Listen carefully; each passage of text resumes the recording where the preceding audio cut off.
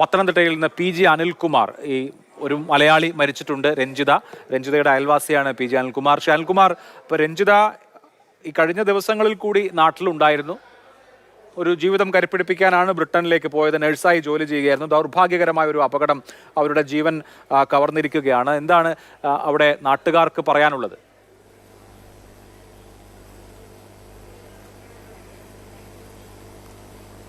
ഞങ്ങളെ സംബന്ധിച്ച് ഇതൊരു വലിയ ഞെട്ടലോടെയാണ് ഞങ്ങൾ ഈ വാർത്ത കേൾക്കുന്നത്. കഴിഞ്ഞ ദിവസവും ഞങ്ങളെല്ലാവരും ഒന്നിച്ചിരുന്നപ്പോൾ ഞങ്ങളുടെ ജംഗ്ഷനിൽ നാട്ടിലെ കുട്ടികളുമായിട്ട് അവൾ വന്നിരുന്ന് സംസാരിക്കുകയും ഒക്കെ ചെയ്തു പോവുകയാണ്.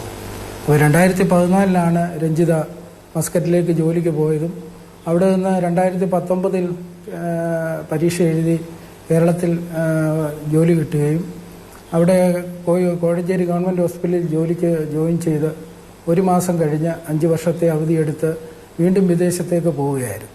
അങ്ങനെ ആ വിദേശത്ത് പോയിട്ടാണ് തിരിച്ച് വരുന്ന വഴിക്ക് അവിടെ വെച്ച് തന്നെ ലണ്ടനിലേക്കുള്ള UK പോകാനുള്ള എക്സാമൊക്കെ എഴുതി പാസ്സായി ഇവിടെ വന്നിട്ട് തിരിച്ചു പോയത്. 7 മാസമേ അയാൾ UK പോയിട്ട് തിരിച്ച് വന്നു കഴിഞ്ഞപ്പോൾ ഇവിടെ വന്ന് മോള് ഇവിടെ രഞ്ജിത ഇവിടെ നാട്ടിൽ വീട് പണിയുണ്ട്, 2 മക്കളുണ്ട്. അപ്പോൾ അതെല്ലാം വീട് പണിയെല്ലാം പൂർത്തീകരിക്കുന്നതിൻ്റെ ഭാഗമായിട്ട് ഇവിടെ വന്ന ഈ അത്യാവശ്യമായിട്ട് ഇപ്പോൾ 7 മാസത്തിനുള്ളിൽ ഇവിടെ വന്നത് ഇവിടുന്ന് DMO ഓഫീസിൽ നിന്ന് ജോലിയുമായി ബന്ധപ്പെട്ട ഏതോ ഒരു പേപ്പർ വർക്കുകൾ ക്ലിയർ ചെയ്യാൻ വേണ്ടി മാത്രമാണ് ഇവിടെ വന്നത്. അതും 5 ദിവസത്തേക്കാണ് വന്നത്.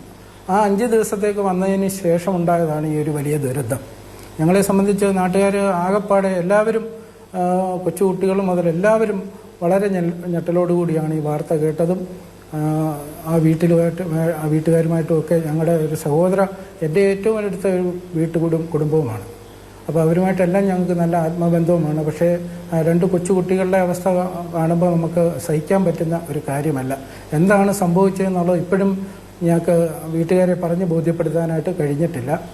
അപ്പം വീണ്ടും ഇത്തവണ വന്നപ്പോൾ പറഞ്ഞു, അമ്മേ ഞാനിനിയും UK അധികം നാൾ നിൽക്കുന്നില്ല, 7 മാസം അയാൾ പോയിട്ട് എനിക്ക് അവിടുത്തെ തണുപ്പ് കൊണ്ട് എനിക്ക് അവിടെ നിൽക്കാൻ പറ്റുന്നില്ല, ഞാൻ അത് ഇവിടെ തന്നെ ജോയിൻ ചെയ്യാനാണ് എനിക്ക് താല്പര്യം എന്ന് പറഞ്ഞു. പക്ഷേ ഇവിടെ വന്ന് DMO ഓഫീസിൽ നിന്ന് വന്ന് പേപ്പർ വർക്കുകളൊക്കെ ചെയ്തെങ്കിലും ഒരു കൃത്യമായ ഡേറ്റ് അവർ ഇന്ന് ജോയിൻ ചെയ്യണമെന്നോ ഒന്നും പറഞ്ഞില്ല. അതുകൊണ്ടാണ് വീട് പണിയും അങ്ങനെയുള്ള പ്രാരാബ്ദവും എല്ലാം കൊണ്ടാണ് ഇവിടെ നിന്നാലും ഒക്കത്തില്ല, കുട്ടികളെ പഠിപ്പിക്കുകയും വേണം, വീട് പണി തീർക്കുകയും വേണം. അതുകൊണ്ടാണ് വീണ്ടും UK പോകാനായിട്ട് ഇന്നലെ രാത്രി റെയിൽവേ സ്റ്റേഷനിൽ നിന്ന് നെടുമ്പാശ്ശേരി എയർപോർട്ടിൽ പോവുകയും അവിടെ നിന്ന് ഫ്ലൈറ്റിന് ചെന്നൈയിലെത്തുകയും ചെന്നൈയിൽ നിന്ന് അഹമ്മദാബാദിലേക്ക് പോയി എന്നാണ് അറിയുന്നത്.